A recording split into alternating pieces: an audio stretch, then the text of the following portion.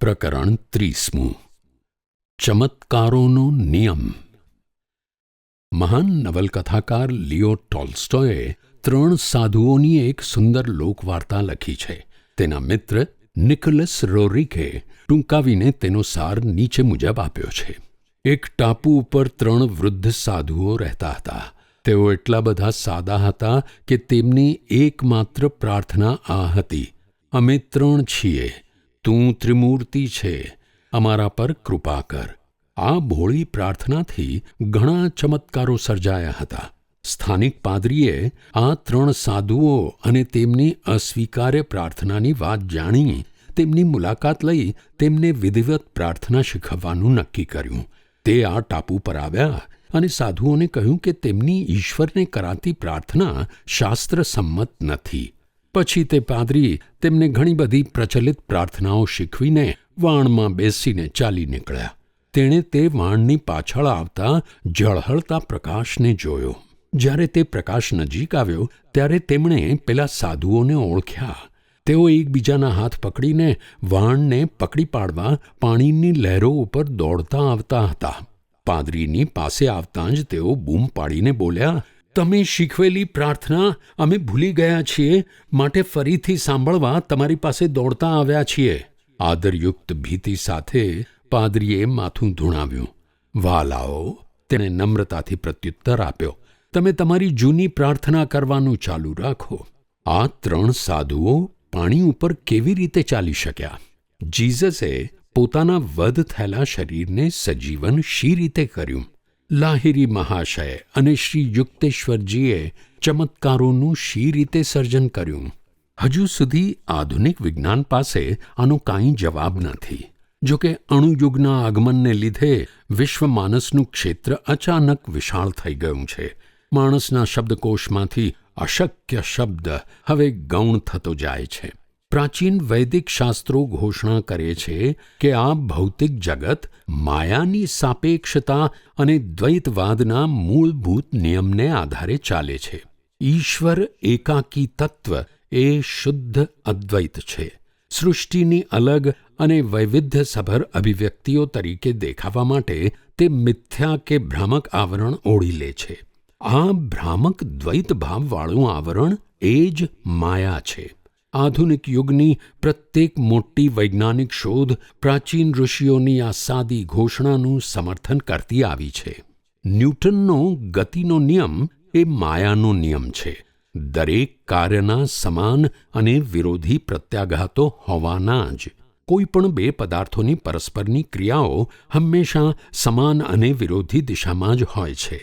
આ રીતે આઘાત અને પ્રત્યાઘાત હંમેશા બરાબર સમાન જ હોય છે. શક્તિ એકાકી હોવી અસંભવિત છે. શક્તિઓનું સમાન અને વિરોધી યુગ્મ હોવું જ જોઈએ અને તે હંમેશા હોય જ છે. નિસર્ગની બધી જ મૂળભૂત પ્રવૃત્તિઓ માયામાંથી તેમની ઉત્પત્તિના ગુપ્ત ભેદને પ્રગટ કરે છે. દાખલા તરીકે વીજળી આકર્ષણ અને અપાકર્ષણની વિલક્ષણ વસ્તુ છે. તેના વીજાણુઓ ઇલેક્ટ્રોન્સ અને પરમાણુઓ પ્રોટોન્સ એ વીજળીના પરસ્પર વિરોધી તત્વો છે.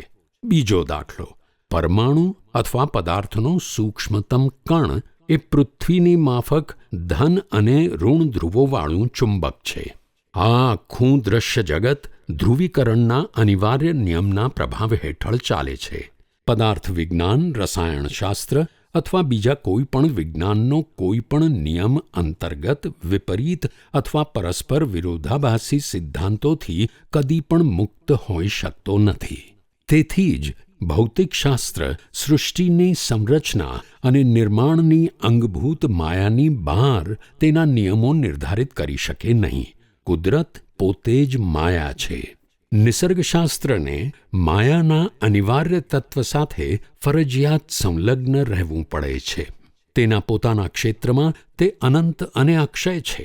ભવિષ્યના વિજ્ઞાનીઓ તેની વિવિધ અનંતતાઓમાં એક પછી એક જુદા જુદા પાસાની શોધ કરવા ઉપરાંત કશું વિશેષ કરી શકવાના નથી. વિજ્ઞાન આ રીતે અંતિમ સત્યને પહોંચવા અસમર્થ હોવાથી અવિરત પરિવર્તનશીલ રહે છે. જો કે હાલમાં અસ્તિત્વમાં છે અને જે કાર્યશીલ છે તે વિશ્વના નિયમો શોધી શકવાને એ જરૂર સમર્થ છે, પરંતુ એ નિયમોના બનાવનાર અને તેના અનન્ય સંચાલકને શોધવાને એ અસમર્થ છે. ગુરુત્વાકર્ષણ અને વીજળીના ભવ્ય આવિર્ભાવો જાણવામાં આવ્યા, પરંતુ ગુરુત્વાકર્ષણ અને વીજળી શું છે તે હજી સુધી કોઈ માનવી જાણી શક્યો નથી. માયાને પાર કરી જવાનું કામ યુગોથી સિદ્ધ પુરુષોએ મનુષ્યજાતને સોંપ્યું છે. સૃષ્ટિના દ્વૈતની ઉપરવટ થઈને સૃષ્ટિકર્તાના અદ્વૈતનો અનુભવ કરવો એ માણસનું ઊંચામાં ઊંચું ધ્યેય મનાયું છે. જેઓ આ વિશ્વની ભ્રાંતિને વળગી રહેશે તેમણે ધ્રુવીકરણના અબાધિત નિયમને સ્વીકારવો પડશે. ભરતી અને ઓટ, ચડતી અને પડતી, રાત્રિ અને દિવસ, સુખ અને દુઃખ, ભલું અને બુરું, જન્મ અને મૃત્યુ, માણસને થોડાક હજારો જન્મો લીધા પછી આવું ચક્રાકાર માળખું દુઃખદાયક અને નીરસ પ્રતીત થાય છે અને તે પછી તે માયાના બંધનોની ઉપરવટ જવા માટે આશાભરી મીટ માંડે છે. માયાનું આવરણ તોડવું એટલે જ સૃષ્ટિના રહસ્યને પામવું. આ રીતે જે વિશ્વને તેના નિરાવરણ સ્વરૂપમાં જુએ છે એ જ એકમાત્ર સાચો એકેશ્વરવાદી છે. બીજા બધા માત્ર અજ્ઞાની મૂર્તિ પૂજકો છે. જ્યાં સુધી માણસ નિસર્ગની દ્વૈતની ઇન્દ્રજાળ સ્વીકાર્યા કરશે ત્યાં સુધી દ્વિમુખી માયા એની દેવી છે. એ એક સાચા ઈશ્વરને ઓળખી શકવાનો નથી. વિશ્વ ઇન્દ્રજાળ માયા મનુષ્યમાં અવિદ્યા તરીકે વ્યક્ત થાય છે, જેનો અક્ષરશઃ અર્થ વિદ્યા નહીં તે. અજ્ઞાન ઇન્દ્રજાળ. માયા અથવા અવિદ્યાનો નાશ બૌદ્ધિક ખાતરી કે પૃથક્કરણથી કદી થઈ શકતો નથી, પરંતુ માત્ર નિર્વિકલ્પ સમાધિની આંતરિક સ્થિતિ પ્રાપ્ત કરવાથી જ થઈ શકે. ઓલ્ડ ટેસ્ટમેન્ટ, બાઇબલનો પૂર્વ ભાગ, ના પૈગંબરો અને પૃથ્વીના તમામ પ્રદેશો અને યુગોના મહાત્માઓ ચૈતન્યની એ જ ભૂમિકા પરથી બોલ્યા છે. એઝેકિયેલ કહે છે, પછી તે મને દરવાજા પાસે લઈ આવ્યો અને દરવાજો પણ પૂર્વાભિમુખ હતો અને નિહાળો, ઇઝરાયેલના ઈશ્વરનો પ્રકાશ પૂર્વમાંથી આવે છે અને તેનો અવાજ જાણે વિપુલ જળ પ્રવાહ વહેતો હોય એટલો મોટો છે અને પૃથ્વી તેના પ્રકાશથી ઝળહળી ઉઠી છે. કૂટસ્થમાની દિવ્ય આંખ પૂર્વ દ્વારા યોગી પોતાનું ચૈતન્ય સર્વવ્યાપક કરે છે અને ઓમ શબ્દ, જે અનેક વહેતા જળનો, પ્રકાશના આંદોલનોનો દિવ્ય ધ્વનિ, જે સૃષ્ટિનું એકમાત્ર સત્ય છે, તે સાંભળે છે. વિશ્વના અબજો ગુપ્ત રહસ્યોમાં જે સૌથી વિશેષ વિલક્ષણ છે તે પ્રકાશ છે. ધ્વનિના મોજાને પ્રસરણ માટે વાહક તરીકે હવા અથવા કોઈ ભૌતિક માધ્યમ જોઈએ છે. પ્રકાશના મોજા આંતરગ્રહોના શૂન્યાવકાશમાંથી મુક્ત રીતે પસાર થાય છે. અવકાશના ભૌમિતિક ગુણધર્મો ઈથરના સિદ્ધાંતોને અનાવશ્યક બનાવે છે. એવી આઇન્સ્ટાઇન વિચારસરણીને આધારે તરંગવાદમાં પ્રકાશના આંતરગ્રહો માધ્યમ તરીકે ગણાતા કાલ્પનિક ઈથરને પણ ફગાવી દઈ શકાય. આ બંને કલ્પનાઓમાં પ્રકૃતિના કોઈ પણ આવિર્ભાવોમાં પ્રકાશ સૌથી વધારે સૂક્ષ્મ અને ભૌતિક આલંબનથી સૌથી વધારે મુક્ત છે. આઇન્સ્ટાઇનની ભવ્ય કલ્પના પ્રમાણે પ્રકાશ વેગ 1,86,300 માઇલ પ્રતિ સેકન્ડનું સમસ્ત સાપેક્ષવાદના સિદ્ધાંત પર પ્રભુત્વ છે. માનવીના મર્યાદિત માનસને લાગે વળગે છે ત્યાં સુધી આ સતત પરિવર્તનશીલ જગતમાં કેવળ પ્રકાશ વેગ જ શાશ્વત છે. એ વાત આઇન્સ્ટાઇને ગણિતની રીતે સિદ્ધ કરી છે. દેશકાળના, ટાઈમ એન્ડ સ્પેસના સઘળા માનવ પ્રમાણો પ્રકાશ વેગના એકમાત્ર નિરપેક્ષ ધોરણ ઉપર જ અવલંબે છે. અત્યાર સુધી ભાવનાત્મક રીતે શાશ્વત ગણાતા દેશ અને કાળ પણ સાપેક્ષ અને મર્યાદિત ઘટક છે. પ્રકાશ વેગના ગજ માપના સંદર્ભમાં જ તેમની શરતી માપણીનું સાચાપણું રહેલું છે. પારિમાણિક સાપેક્ષતા ડાયમેન્શનલ રિલેટિવિટી તરીકે દેશ સ્પેસ સાથે સંલગ્ન થવામાં કાળ સમય તેના સાચા સ્વરૂપમાં પ્રગટ થઈ ગયો છે, જે છે સંદિગ્ધતાનો સાચો અર્ક. આઇન્સ્ટાઈને પોતાની કલમના થોડાક સમીકરણોના પ્રહારોથી પ્રકાશ સિવાયની વિશ્વની પ્રત્યેક સુનિશ્ચિત વાસ્તવિકતાનો છેદ ઉડાડી દીધો છે. પાછળથી વિકસેલા તેમના એકત્રિત ક્ષેત્રવાદ યુનિફાઈડ ફિલ્ડ થિયરીમાં આ મહાન ભૌતિકશાસ્ત્રીએ એક ગાણિતિક સૂત્ર દ્વારા ગુરુત્વાકર્ષણ અને વિદ્યુત ચુંબકત્વના નિયમોને એક સાથે ગૂંથી લીધા છે.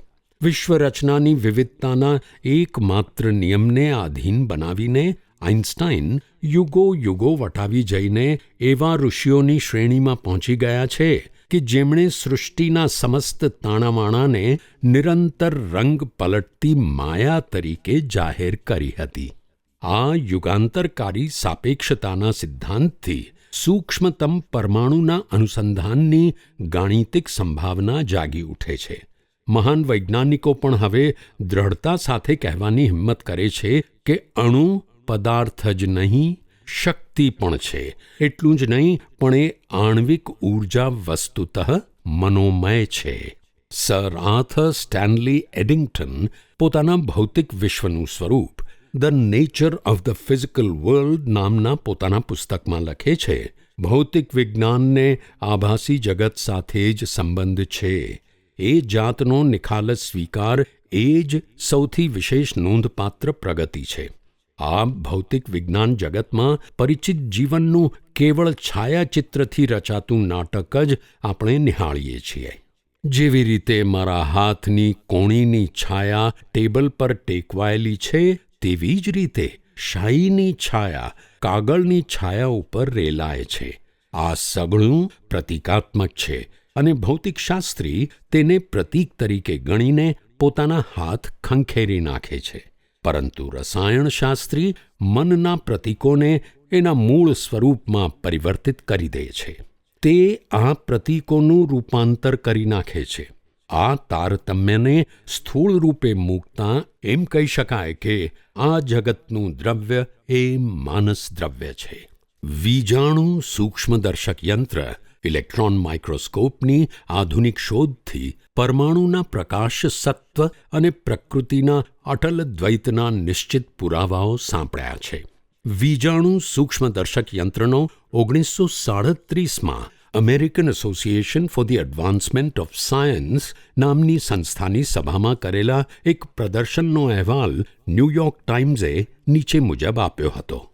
આજ પર્યંત એક્સ-રેથી માત્ર પરોક્ષ રીતે ઓળખાયેલ ટંગસ્ટન નામની ધાતુની પાસાદાર ક્રિસ્ટલાઇન રચના પ્રકાશિત પડદા ઉપર સ્પષ્ટ રીતે રેખાન્વિત થઈ હતી, જેમાં કેન્દ્ર સ્થાને એક પરમાણુ અને દરેક ખૂણામાં એક પરમાણુવાળી સમઘન આકારની અવકાશ જાળીમાં 9 પરમાણુઓને પોતપોતાને સ્થાને સ્થિત થયેલા જોવામાં આવ્યા હતા. ટંગસ્ટનની સ્ફટિક જાળીમાંના પરમાણુઓ પ્રકાશિત પડદા ઉપર ભૌમિતિક આકૃતિમાં ગોઠવાયેલા તેજ બિંદુઓ જેવા જણાતા હતા. પ્રકાશના સ્ફટિક ઘન સાથે અથડાતા હવાના અણુઓ વહેતા જળ ઉપર ઝળહળતા સૂર્ય તેજની માફક પ્રકાશના નાચતા બિંદુઓ જેવા દેખાતા હતા. ઋણ વીજાણુ સૂક્ષ્મદર્શક યંત્રનો સિદ્ધાંત સૌપ્રથમ ન્યૂયોર્ક શહેરની બેલ ટેલિફોન પ્રયોગશાળામાં ડૉક્ટર ક્લિન્ટન જે ડેવિસન અને ડૉક્ટર લેસ્ટર એચ જર્મરે સને 1927માં શોધી કાઢ્યો હતો. ઋણ વીજાણુ એ કણ અને તરંગ એમ બંનેની લાક્ષણિકતાઓ ધરાવતો દ્વિવિધ વ્યક્તિત્વવાળો એકમ છે એમ તેમણે શોધ્યું. તરંગના ગુણના ઋણ વીજાણુને પ્રકાશની લાક્ષણિકતાઓ મળી અને લેન્સ વડે જેમ પ્રકાશને કેન્દ્રિત કરી શકાય છે, તેમ ઋણ વીજાણુઓને કેન્દ્રિત કરવાના સાધનોની શોધનો પ્રારંભ થયો. જેકિલ અને હાઇડવાળી વિશિષ્ટતા ધરાવતા ઋણ વીજાણુની શોધને લીધે એમ સિદ્ધ થયું છે કે આ ભૌતિક પ્રકૃતિના તમામ પ્રદેશને દ્વિમુખી વ્યક્તિત્વ છે. ડૉક્ટર ડેવિસનને ભૌતિક વિજ્ઞાનનું નોબેલ ઇનામ મળ્યું હતું. સર જેમ્સ જીન્સ તેમના રહસ્યમય બ્રહ્માંડ ધ મિસ્ટીરિયસ યુનિવર્સ નામના ગ્રંથમાં લખે છે, જ્ઞાનનો પ્રવાહ બિનયાંત્રિક વાસ્તવિકતા તરફ આગળ ધસી રહ્યો છે. બ્રહ્માંડ એક વિરાટ યંત્રને બદલે અધિકાંશે એક મહાન વિચાર તરીકે દેખાતું જાય છે. આવી રીતે 20મી સદીનું વિજ્ઞાન એ પૂજનીય વેદોનું માત્ર એક પૃષ્ઠ હોય તેવો સંકેત આપે છે. જો એમ જ હોય તો પછી આધ્યાત્મિક શિક્ષણ દ્વારા નહીં, પરંતુ વિજ્ઞાન પાસેથી માનવીને આ તત્વજ્ઞાનનું સત્ય શીખી લેવા દો કે અહીં કોઈ ભૌતિક વિશ્વ છે જ નહીં. તેના તાણાવાણા એ માત્ર માયા છે, ભ્રાંતિ છે. તેનું પૃથ્થકરણ થતાં તેની વાસ્તવિકતાના મૃગજળ ઓગળી જાય છે. ભૌતિક વિશ્વની પ્રતીતિ કરાવનારા આધારો એક પછી એક તેની નીચે નષ્ટ થઈ જતાં માણસને હવે પોતાની મૂર્તિ પૂજાના આધારવાળી શ્રદ્ધાની અને મારી સમક્ષ તારે અન્ય કોઈ દેવદેવી ન હોવા જોઈએ એ દિવ્ય આજ્ઞાના ભંગની તેને ઝાંખી અનુભૂતિ થતી જાય છે. પદાર્થના વસ્તુમાન, માસ અને શક્તિની, એનર્જીની સમાનતા દર્શાવનારા પોતાના સુવિખ્યાત સમીકરણમાં આઇન્સ્ટાઈને સિદ્ધ કર્યું છે કે કોઈ પણ દ્રવ્યકણમાં રહેલી શક્તિ તેના વસ્તુમાન અથવા વજનની સાથે પ્રકાશ વેગના વર્ગના ગુણાકાર જેટલી હોય છે. દ્રવ્યકણોના વિનાશ દ્વારા પરમાણુ શક્તિ મુક્ત કરી શકાય છે. દ્રવ્યના મૃત્યુએ પરમાણુ યુગને જન્મ આપ્યો છે. પ્રકાશવેગ ગાણિતિક પ્રમાણ છે અથવા અચળ પ્રમાણ છે. તે એટલા માટે નહીં કે તેનો પ્રતિ સેકન્ડે 1,86,300 માઇલનો વેગ એ કોઈ નિરપેક્ષ મૂલ્ય છે, પરંતુ તેનું સાચું કારણ એ છે કે પોતાની ગતિ સાથે પદાર્થનો વસ્તુમાન, માસ પણ વધે એવો કોઈ પણ ભૌતિક પદાર્થ પ્રકાશ વેગની બરાબરી કરી શકે નહીં. બીજી રીતે કહીએ તો જે ભૌતિક પદાર્થનું વસ્તુમાન, માસ અનંત હોય તે જ પ્રકાશ વેગની બરાબરી કરી શકે. આ માન્યતા આપણને ચમત્કારોના નિયમ સુધી ખેંચી લાવે છે. જે સિદ્ધ ગુરુઓ પોતાના શરીર અને અન્ય પદાર્થોને સ્થૂળ સ્વરૂપ આપવાની અને અદૃશ્ય કરી શકવાની શક્તિ ધરાવે છે અને પ્રકાશ વેગ સાથે ગતિ રાખવા શક્તિમાન છે અને કોઈ ભૌતિક નિદર્શનને તાત્કાલિક દૃશ્યમાન કરવા માટે સર્જનાત્મક પ્રકાશ કિરણોનો વિનિયોગ કરવાની ક્ષમતા ધરાવે છે, તેઓ જ તેમનું વસ્તુમાન, માસ અનંત છે એ જરૂરી શરત પૂરી કરે છે એમ કહેવાય. પૂર્ણ યોગીની ચેતના મર્યાદિત શરીર સાથે નહીં, પરંતુ વિશ્વ સંરચના સાથે સહજ રીતે તાદાત્મ્ય અનુભવે છે. ગુરુત્વાકર્ષણને લીધે દરેક ભૌતિક પદાર્થ ભારયુક્ત હોય છે, પરંતુ આ ગુરુત્વાકર્ષણ, જેને ન્યૂટન બળ કહે છે અથવા આઇન્સ્ટાઈન જેને નિષ્ક્રિયતાનું નિદર્શન કહે છે, તે કોઈ સિદ્ધ મહાત્માને વજનના ગુણધર્મને વ્યક્ત કરવા વિવશ કરવામાં અસમર્થ છે. જે ગુરુત્વાકર્ષણને લીધે દરેક ભૌતિક પદાર્થનું વિશિષ્ટ લક્ષણ છે, તેના ગુણધર્મને પ્રદર્શિત કરવાની ફરજ પાડી શકતું નથી. જે પોતાની જાતને સર્વવ્યાપક બ્રહ્મ તરીકે જાણે છે, તે દેશ અને કાળની મર્યાદામાં રહેતા દેહની જડતાથી પર થઈ જાય છે. હું તે છું એ મહાદ્રાવક સિદ્ધાંત સમક્ષ તમામ બંધનોની દિવાલ તૂટી જાય છે. અહીં પ્રકાશ થાઓ અને ત્યાં પ્રકાશનો પ્રાદુર્ભાવ થયો. સૃષ્ટિના સર્જનકાળે ઈશ્વરના સર્વપ્રથમ આદેશથી સંરચનાના અપરિહાર્ય સત્વસમો પ્રકાશ અસ્તિત્વમાં આવ્યો. આ અપાર્થિવ માધ્યમની કિરણાવલી પર સર્વદૈવી સ્વરૂપ દર્શનો મૂર્તિમંત બન્યા છે. ઈશ્વર જ્યોત અને પ્રકાશ રૂપે પ્રગટ થાય છે, તેની પ્રત્યેક યુગના ભક્તો સાક્ષી પૂરે છે. સેન્ટ જ્હોન કહે છે, તેમના નેત્રો અગ્નિશિખા સમા તેજસ્વી હતા અને તેમનું મુખારવિંદ પૂર્ણ શક્તિથી ઝળહળતા સૂર્ય સમૂહ પ્રકાશતું હતું.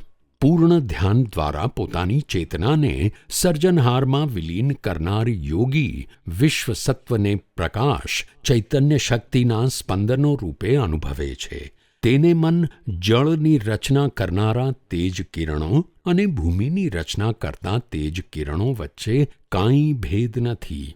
પદાર્થની સભાનતાથી સ્થળના 3 પરિમાણો અને કાળના 4થા પરિમાણથી અલિપ્ત સિદ્ધ પુરુષ પોતાના પ્રકાશ દેહને એક સરખી સરળતાથી પૃથ્વી, જળ, વાયુ અને અગ્નિના પ્રકાશ કિરણો ઉપર થઈને અથવા આરપાર પસાર કરી શકે છે. આથી જો તારે એક જ આંખ હોય તો તારો સમગ્ર દેહ તેજોમય બની જશે. મુક્તિદાયક આધ્યાત્મિક ચક્ષુ ઉપરની દીર્ઘકાળની એકાગ્રતાથી યોગીને પદાર્થની લગતી સઘળી ભ્રાંતિ અને ગુરુત્વાકર્ષણથી ઊભા થતા તેના વજનનો નાશ કરવાને શક્તિમાન બનાવેલ છે. તે વિશ્વને ઈશ્વરે સર્જેલા સ્વરૂપ એટલે કે અનિવાર્યપણે ભેદ ન કરી શકાય તેવા તેજ દ્રવ્ય સ્વરૂપે જુએ છે. હાર્વર્ડના ડૉક્ટર L.T. ટ્રોલન્ડ આપણને કહે છે, ચાક્ષુષ પ્રતિમા બિંબોની ઓપ્ટિકલ ઇમેજીસની રચના ફોટો દ્વારા છાપવાના હાફ ટોન બ્લોક બનાવવાની રીતના સામાન્ય સિદ્ધાંતને જ અનુસરે છે. એટલે કે તે નરી આંખે ન જોઈ શકાય એટલા સૂક્ષ્મ ટપકાઓ અથવા અત્યંત બારીક બિંદુઓના બનેલા હોય છે. નેત્રપટલની સંવેદનશીલતા એટલી બધી શક્તિશાળી છે કે યથાર્થ પ્રકારના સામાન્ય રીતે જોઈએ તે કરતાં બહુ ઓછા તેજપુંજો દ્વારા દ્રષ્ટિ વિષયક લાગણી ઉપજાવી શકાય છે. સૃષ્ટિનું સત્વ પ્રકાશ છે એવી પ્રતીતિ જેને થઈ ગઈ છે એવી કોઈ પણ વ્યક્તિ ચમત્કારોનો નિયમ અમલમાં મૂકી શકે છે. એક સિદ્ધ મહાત્મા પ્રકાશની અદ્ભુત ઘટનાના દૈવી જ્ઞાનના ઉપયોગ દ્વારા સર્વવ્યાપક પ્રકાશ પરમાણુઓનો તત્કાલ આવિર્ભાવ કરી દૃશ્યમાન પદાર્થનું નિર્માણ કરી શકે છે. આવા આવિર્ભાવનું સ્વરૂપ જે કંઈ પણ હોય, વૃક્ષ, ઔષધ, માનવ શરીર, યોગીની મરજી અને તેની ઈચ્છાશક્તિ અને માનસ દર્શન શક્તિ મુજબ નિયત થાય છે. રાત્રે માણસ સ્વપ્ન ચૈતન્ય અવસ્થામાં પ્રવેશે છે અને જે મિથ્યા અહંકાર વૃત્તિની મર્યાદાઓ હંમેશા તેનો ભરડો લઈ રહી હોય છે તેમાંથી એ મુક્ત થાય છે. નિદ્રાવસ્થામાં તેના મનની સર્વશક્તિમત્તાનું હંમેશા પુનઃ પુનઃ પ્રદર્શન થતું રહે છે. આહા! આ સ્વપ્નમાં ઘણા સમય પહેલાં મૃત્યુ પામેલા મિત્રો, દૂર દૂરના ખંડો, બાલ્યકાળના પુનઃ સજીવન થયેલા દ્રશ્યો તેની સમક્ષ આવે છે. સર્વ મનુષ્યોને પોતાના કેટલાક સ્વપ્નમાં અલ્પ સમય માટે અનુભવવા મળતું આ મુક્ત અને અમર્યાદ ચૈતન્ય ઈશ્વરપરાયણ સંતના મનની કાયમી અને પૂર્ણ સ્થિતિનું હોય છે. કોઈ પણ વ્યક્તિગત હેતુઓથી અલિપ્ત રહેનાર અને સર્જનહારે તેમને બક્ષેલી સર્જનાત્મક સંકલ્પ શક્તિનો ઉપયોગ કરનાર યોગી પોતાના ભક્તની કોઈ પણ સહૃદયી વિનંતીને સંતોષવા માટે સૃષ્ટિના પ્રકાશ પરમાણુઓની યોગ્ય ફેર ગોઠવણી કરી શકે છે. અને પ્રભુએ કહ્યું, ચાલો આપણે માણસને આપણી જ પ્રતિકૃતિ રૂપે અને આપણા જ લક્ષણોવાળો બનાવીએ અને તેને સમુદ્રની માછલી, હવાનું પંખી, ગોચર પશુ અને સમગ્ર પૃથ્વી અને પૃથ્વી પર પેટે ચાલનાર પ્રત્યેક જીવ ઉપર પ્રભુત્વ આપીએ. આ જ હેતુથી માનવ અને સૃષ્ટિની રચના થઈ કે જેથી બ્રહ્માંડ ઉપર તેનું પ્રભુત્વ છે એ જ્ઞાન સાથે તેણે માયાના સ્વામી તરીકે ઉન્નત મસ્તક રાખવું જોઈએ. સને 1915માં હું સંન્યાસી બન્યો. ત્યાર પછી થોડા જ વખતમાં મેં એક વિચિત્ર આંતરદર્શન જોયું. તે દ્વારા હું માનવ ચૈતન્યની સાપેક્ષતાને સમજ્યો અને શાશ્વત પ્રકાશ અને માયાના દુઃખદાયક દ્વૈતની પાછળ રહેલ ઐક્યને મેં સ્પષ્ટ અનુભવ્યું. આ દર્શન મને એક સવારે થયું જ્યારે હું પિતાજીના ગરપાલ રોડ પરના ઘરના ઉપરના માળે આવેલા મારા નાના માળિયામાં બેઠો હતો. ઘણા મહિનાઓથી યુરોપમાં પ્રથમ વિશ્વયુદ્ધ ભયંકર રીતે ચાલતું હતું. તેમાં જે જંગી માનવ સંહાર થતો હતો તેના પર મારા મનમાં દિલગીરી સાથે વિચારો ચાલ્યા કરતા હતા. ધ્યાન કરવા માટે મેં મારી આંખો જેવી બંધ કરી કે મારી ચેતના અચાનક જ ત્યાંના એક લડાયક વહાણના કપ્તાનના શરીરમાં સંક્રાંત થઈ. કિનારાનો તોપ મારો અને વાણમાંથી વળતા જવાબ રૂપે છૂટતા તોપ ગોળાઓની ગર્જનાથી હવામાન સભર હતું. એક મોટો તોપગોળો અમારા દારૂ ભંડાર ઉપર પડ્યો અને ભયંકર વિસ્ફોટ સાથે મારા વાણના ભૂક્કા બોલી ગયા. વિસ્ફોટથી બચેલા થોડા ખલાસીઓ સાથે હું પાણીમાં કૂદી પડ્યો. ભાંગીને ભૂક્કો થઈ ગયેલ હૃદય સાથે હું સલામત રીતે કિનારે પહોંચ્યો. પરંતુ એક છૂટી છવાઈ ગોળીએ મારી છાતી વીંધી નાખી. ઘેરી વ્યથાથી વિલાપ કરતો હું જમીન પર પડી ગયો. મારા આખા શરીરને પક્ષાઘાત થયો. તેમ છતાં ખાલી ચડી ગયેલ પગ પ્રત્યે વ્યક્તિ સભાન હોય છે તે રીતે હું સભાન હતો. આખરે મૃત્યુનો રહસ્યમય ઓળો મારા પર પથરાયો છે એવો મને વિચાર આવ્યો. અંતિમ નિસાસો નાખતાં હું બેભાન અવસ્થામાં સરી પડવાનો હતો ત્યાં જ મેં મારી જાતને ગરપાર રોડ પરના મારા ઓરડામાં પદ્માસન વાળીને બેઠેલી જોઈ. મારી આંખમાંથી આનંદાશ્રુ વહેવા લાગ્યા. મેં મારા શરીરને આનંદથી થાબડ્યું અને મને મારી સંપત્તિરૂપ જીવન પુનઃ પ્રાપ્ત થયું છે તેની ખાતરી કરવા મેં મને ચીમટી ભરી. વાગેલી ગોળીના છેદથી છાતી મુક્ત હતી. હું જીવંત છું તેની પુનઃ ખાતરી કરવા હું આમથી તેમ ડોલ્યો અને શ્વાસોચ્છ્વાસની અનેક ક્રિયાઓ કરી.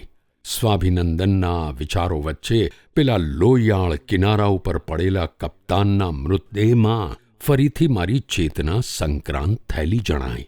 મારું મન અતિશય ગૂંચવાડામાં પડ્યું. મેં પ્રાર્થના કરી, પ્રભુ, શું હું જીવંત છું કે મૃત્યુ પામેલો છું? પ્રકાશનું ઝળહળતું તેજ સમગ્ર ક્ષિતિજ ઉપર ફરી વળ્યું. મૃદુ ગડગડાટનો તરંગ શબ્દોમાં પરિણમ્યો. પ્રકાશની સાથે જીવન અને મૃત્યુનો શો સંબંધ છે? મારા પ્રકાશની પ્રતિમા તરીકે મેં તને ઘડ્યો છે. જીવન અને મૃત્યુના દ્વંદ્વો એ વિશ્વ સ્વપ્નને લગતી બાબતો છે. સ્વપ્ન વિહોણા તારા અસ્તિત્વને તું ઓળખ. જાગૃત થા મારા બાળક, જાગૃત થા. માનવ ઉત્ક્રાંતિના પગથિયાં તરીકે ઈશ્વર સમયે અને યોગ્ય સ્થળે વિજ્ઞાનીઓને પોતાની સૃષ્ટિના રહસ્યોને શોધવાની પ્રેરણા કરે છે. ઘણી આધુનિક શોધો જે શક્તિના વિવિધ સ્વરૂપે સૃષ્ટિને ઓળખવામાં માણસને મદદ કરે છે, તે શક્તિ એ દિવ્ય પ્રજ્ઞાથી સંચાલિત થયેલો પ્રકાશ છે. ચલચિત્રો, રેડિયો, દૂરદર્શન, રેડાર, ફોટો વિદ્યુત સેલ, અણુશક્તિઓનું અદ્ભુત વિદ્યુત ચક્ષુ વગેરે બધા પ્રકાશના વિદ્યુત ચુંબકીય આવિષ્કારો ઉપર આધારિત છે. ચલચિત્રોની કળા કોઈ પણ ચમત્કાર સર્જી શકે છે. અસરકારક દાર્શનિક દૃષ્ટિબિંદુ ઉપરથી કરામતી છબી કળાને માટે કોઈ પણ અજાયબી અશક્ય નથી. મનુષ્યનું પારદર્શક સૂક્ષ્મ શરીર તેના સ્થૂળ આકારમાંથી ઉભરતું જોઈ શકાય છે. તે પાણી પર ચાલી શકે છે, મૃતને પુનઃજીવન આપી શકે છે, વિકાસના કુદરતી ક્રમને ફેરવી શકે છે તથા સમય અને સ્થળને અસ્તવ્યસ્ત કરી શકે છે. પ્રકાશની પ્રતિમાઓનું મરજી મુજબ એકીકરણ કરીને એક નિષ્ણાત ફોટોગ્રાફર દૃષ્ટિની અજાયબીઓ ઊભી કરે છે અને તેવી જ રીતે એક સાચા સિદ્ધ પુરુષ ખરેખરા પ્રકાશ કિરણોથી અનેક અજાયબીઓ સર્જી શકે છે. ચલચિત્રોની જીવંત લાગતી પ્રતિમાઓ સૃષ્ટિના ઘણા સત્યો સિદ્ધ કરે છે. વિશ્વના સંચાલકે તેના પોતાના નાટકો લખ્યા છે અને સૈકાઓ સુધી ચાલનારા તમાશા માટે પ્રચંડ અભિનેતાઓ પણ એકત્રિત કર્યા છે. શાશ્વતતાની અંધારી કોટડીમાંથી એક પછી એક યુગોની ફિલ્મો દ્વારા તે પોતાનું પ્રકાશબિંબ ફેંકે છે અને અવકાશના પડદા ઉપર તેના ચિત્રો ઉઠે છે. જેવી રીતે ચલચિત્રોની પ્રતિમાઓ સાચા જેવી દેખાય છે, પરંતુ ખરી રીતે માત્ર પ્રકાશ અને છાયાના સંયોજનો છે. તે જ પ્રમાણે આ વિશ્વની વિવિધતાઓ એ કેવળ આભાસી દર્શન જ છે. જીવનના અસંખ્ય આકારો સહિત ગ્રહોના ગોળાઓ એ વિશ્વ ચલચિત્રોમાંની પ્રતિમાઓ સિવાય બીજું કશું જ નથી. જેમ અનંતમાં રચનાત્મક તેજ કિરણોથી મનુષ્યના ચૈતન્યના પડદા ઉપર ક્ષણિક દ્રશ્યો ઉઠે છે, તેમ 5 જ્ઞાનેન્દ્રિયોને એક ક્ષણિક સાચા લાગે છે. સિનેમાનો પ્રેક્ષક વર્ગ જોઈ શકે છે કે પડદા ઉપરની સઘળી પ્રતિમાઓ પ્રકાશના નિરાકારી તેજ કિરણના સાધનથી જ દ્રશ્યમાન થાય છે. વિવિધ રંગી આ વિશ્વ નાટકનું પણ એ જ રીતે વૈશ્વિક સ્રોતના એકાંકી ધવલ પ્રકાશમાંથી નિર્ગમન થાય છે. અકળ કૌશલ્યથી ઈશ્વર તેના બાળકોના અતિ વિરાટ મનોરંજન માટે નાટક કર્યા જ કરે છે, જેમાં તેના ગ્રહોના બનેલા નાટ્યગૃહમાં તેમને એકી સાથે અભિનેતાઓ અને પ્રેક્ષકોનો ભાગ ભજવવાનો હોય છે. એક દિવસ યુરોપમાં યુદ્ધ ક્ષેત્રોના સમાચાર ચિત્રો જોવા હું એક સિનેમાગૃહમાં દાખલ થયો. પહેલું વિશ્વયુદ્ધ પશ્ચિમમાં હજુ ચાલી રહ્યું હતું. આ સમાચાર ચિત્રે એટલી સચોટતાથી ત્યાંના માનવ સંહારનું દ્રશ્ય રજૂ કર્યું કે ભગ્ન હૃદયે હું થિયેટર છોડી ચાલ્યો ગયો. મેં પ્રાર્થના કરી, પ્રભુ, આવો સંહાર તું શા માટે ચાલવા દે છે? મારી અત્યંત અજાયબી વચ્ચે યુરોપિયન યુદ્ધ ક્ષેત્રોના ખરા ચિતારવાળા આંતરદર્શન રૂપે આનો મને તત્કાલ જવાબ મળી ગયો. મૃત્યુ પામેલા અને મૃત્યુ પામતા સૈનિકોથી ઉભરાતી યુદ્ધભૂમિનો કમકમાટ પેલા સમાચાર ચિત્રે આપેલા ચિતારને ક્રૂરતામાં ક્યાંય ટપી જાય તેવો હતો. એક મૃદુ સ્વરે મારી આંતરચેતનાને કહ્યું, ધ્યાનપૂર્વક જો. ફ્રાન્સમાં બનતા આ બનાવો તું જોઈશ તો આ બનાવો બીજું કાંઈ નહીં પરંતુ પ્રકાશ અને છાયાની રેખાકૃતિઓની યુક્તિપૂર્વકની ગોઠવણીનું નાટક માત્ર છે. પેલા થિયેટરના સમાચાર ચિત્રમાં જેમ તે હમણાં જ જોયું તેમાં વિશ્વ ચલચિત્ર ખોટું પણ છે અને ખરું પણ છે. નાટકમાં નાટક. મારું અંતઃકરણ હજી પણ શાંત ન પડ્યું. દિવ્ય સ્વરે આગળ કહ્યું, સૃષ્ટિ એ પ્રકાશ અને છાયા બંને છે, અન્યથા કોઈ પણ ચિત્ર શક્ય નથી. માયામાં ભલાઈ અને બુરાઈ વારાફરતી પ્રબળ બનતી જવી જોઈએ. જો આ જગતમાં નિરંતર સુખ જ હોય તો શું માણસ કદી બીજી કોઈ ઈચ્છા રાખશે ખરો? દુઃખના અનુભવ સિવાય પોતાનું અનંતધામ તેણે તજી દીધું છે તેનું સ્મરણ કરવાની તે ભાગ્યે જ કાળજી લેશે. દુઃખની આર ભોંકાતાં તેને તેનું સ્મરણ થાય છે. ડાપણ દ્વારા જ તેમાંથી છૂટી શકાય છે. મરણની કરુણતા ખોટી છે. જેઓ એનાથી ધ્રુજે છે તેઓ અજ્ઞાની નટો જેવા છે કે જે તેની સામે બંદૂકના ખાલી કારતૂસના અવાજથી જ માત્ર ભયથી રંગભૂમિ ઉપર મરી જાય છે. મારા પુત્રો પ્રકાશના સંતાનો છે. તેઓ હંમેશા માટે માયામાં ઊંઘી રહેશે નહીં. જો કે શાસ્ત્રોમાં મેં માયાના અનેક વૃત્તાંતો વાંચ્યા હતા, પણ આ વ્યક્તિગત આંતરદર્શનો અને તેની સાથેના શાંતિદાયક આશ્વાસનોથી જે ઊંડી સમજ મને જાગૃત થઈ તેવી ત્યારે થઈ નહોતી. જ્યારે એક માણસને અંતિમ ખાતરી થઈ જાય છે કે આ સૃષ્ટિ માત્ર એક વિશાળ ચલચિત્ર છે અને એનું પોતાનું સાચું સત્વ એની અંદર નહીં પણ એની ઉપરવટ થવામાં છે, ત્યારે એના મૂલ્યો સદંતર ફેરવાઈ જાય છે. આ પ્રકરણ લખવાનું મેં પૂરું કર્યા પછી હું મારા પલંગ ઉપર પદ્માસન વાળીને બેઠો. મંદ પ્રકાશવાળા 2 દીવાઓ મારા ઓરડાને ઝાંખું અજવાળું આપી રહ્યા હતા. મારી દ્રષ્ટિ ઊંચી કરીને જોઉં છું તો મને જણાયું કે છત ઝીણા સરસવના રંગના પ્રકાશ બિંદુઓથી ભરાઈ ગઈ હતી અને રેડિયમના જેવા તેજથી ચમકતી અને ધ્રુજતી હતી. અસંખ્ય પ્રકાશ કિરણો વરસાદની ધારા માફક પારદર્શક તેજપુંજમાં ભેગા થઈને મારા ઉપર શાંતિથી વરસી રહ્યા હતા.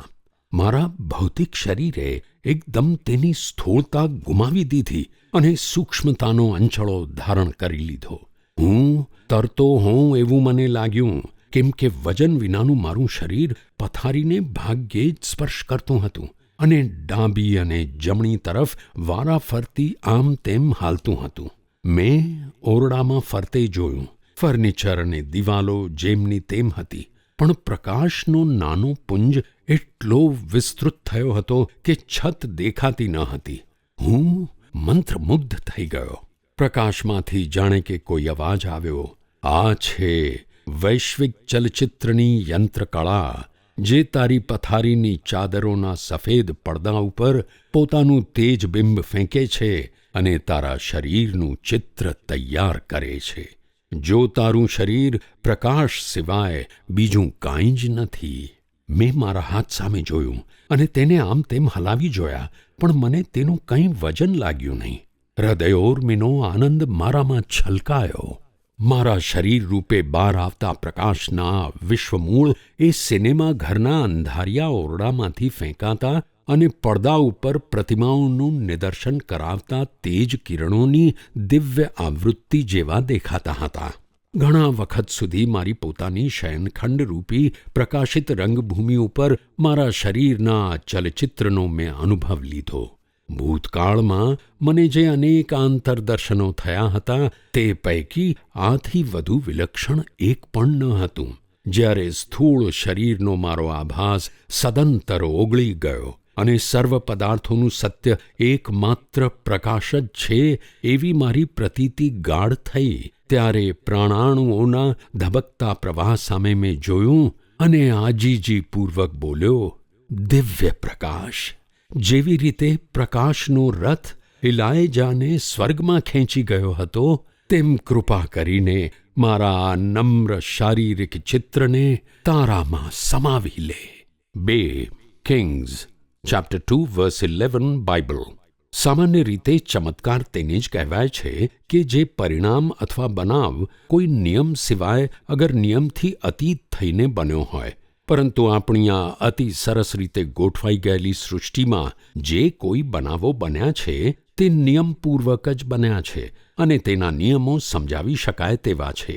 કોઈ મહાન સંતની કહેવાતી ચમત્કારિક શક્તિઓ એ તેમના ચૈતન્યના આંતરપ્રદેશમાં એ સૂક્ષ્મ નિયમોની જે સ્પષ્ટ સમજ ઉઠે છે તેના નૈસર્ગિક પરિણામો છે.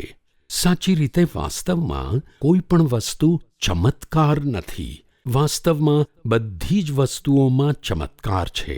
આપણામાંના પ્રત્યેકને અટપટી રચનાવાળું વ્યવસ્થિત શરીર મળેલું છે અને અનેક તારાગણના સમૂહમાં અવકાશમાં ભ્રમણ કરતી પૃથ્વી પર તેને જન્મ મળ્યો છે. આના કરતાં વધારે અસામાન્ય કશું છે અથવા વધારે ચમત્કારિક શું હોઈ શકે? જીસસ ક્રાઇસ્ટ અને લાહિરી મહાશય જેવા મહાન પૈગંબરો સામાન્ય રીતે ઘણા ચમત્કારો સર્જે છે. આવા મહાત્માઓને માનવજાત માટે અસાધ્ય રોગો અને ગૂઢ માનવ પ્રશ્નોના ઉકેલ માટે તેમને દિવ્ય ચમત્કારોની જરૂર પડે છે.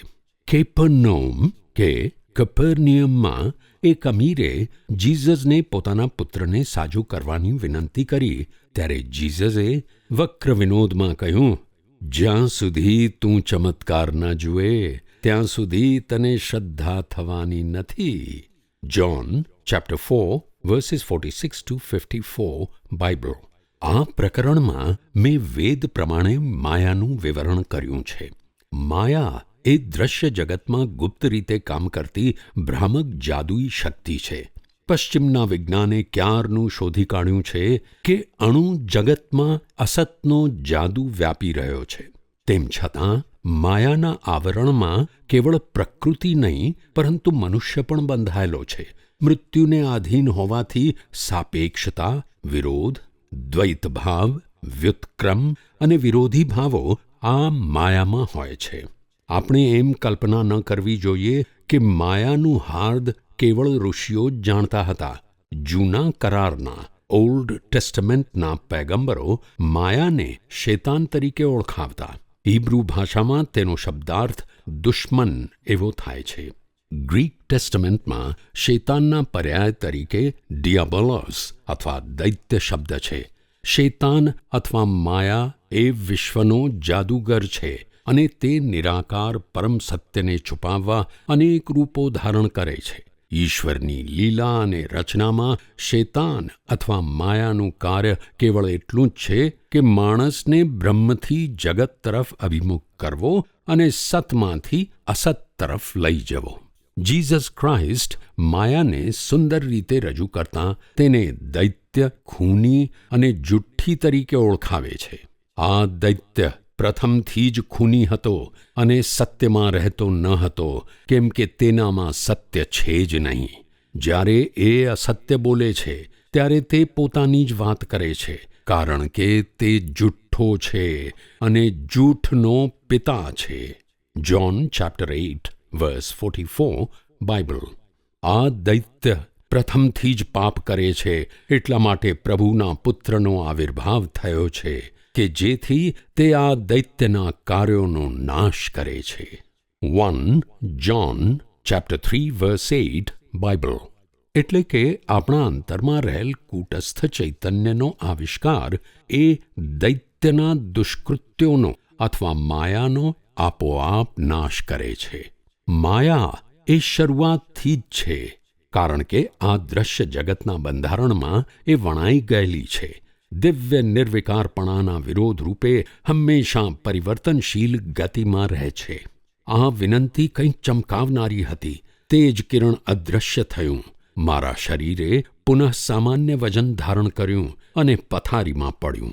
છત ઉપરના ઝળહળતા પ્રકાશ કિરણો ઝાંખા થયા અને પછી અદૃશ્ય થયા. સ્પષ્ટ રીતે આ જગત છોડી જવાનો મારો સમય હજુ પાક્યો ન હતો. એ સિવાય મેં તત્વદ્રષ્ટિથી વિચાર કર્યો, કદાચ મારા આ અનુમાનથી ઇલાયજા નાખુશ પણ થાય.